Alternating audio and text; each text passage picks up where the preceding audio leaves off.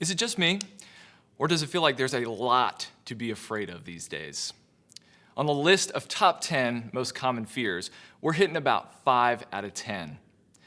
There's the fear of pain, sickness, and death, fear of the future, fear of losing income, less money, more problems, and the fear of being alone.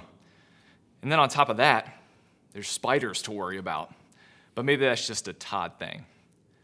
So, how do we cope in healthy ways? How do we face our fears in healthy ways? Think back to when you were a kid. We had night lights, stuffed animals, blankets, or a loved one to run to. But did we ever ask, why did those things help?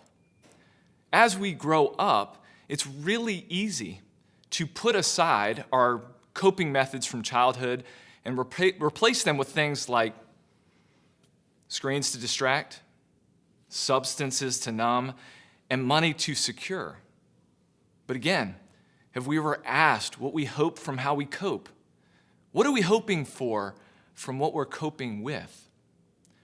We all want the trouble to go away, but until it does, here's 3 ways to move toward healthy coping when we're afraid. The first way to move toward healthy coping is to be honest with ourselves and with others. And it can start by checking yourself. Check yourself to become aware of your coping methods and if they're helping. You can also find a friend to fill your bucket so that you never have to walk alone. Someone to confide in, talk to, someone who will be there to encourage you when you're afraid. The second way to move toward healthy coping is wisdom in your thoughts and your actions. And this may mean that you have to slow your scroll. Google doesn't always make the best doctor or therapist, and social media thrives on fear. Instead, let's hijack our habit and cope out on a different practice or a different hobby, like baking, art, or exercise, instead of binging streams, booze, and feeds. And the third way to move towards healthy coping in times of fear is with prayer. This is a free option to the religiously affiliated and the religiously unaffiliated and to those in between. And one way to start doing that is by modifying your meditation from fear to gratitude.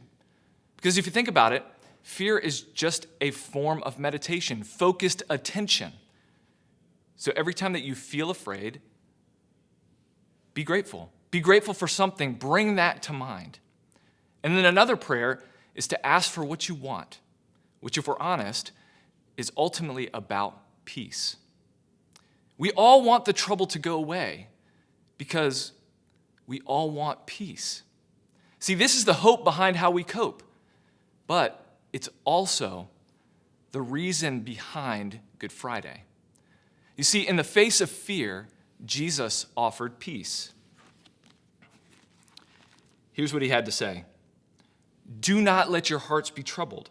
Trust in me. Peace I leave with you. My peace I give you. I do not give you as the world gives.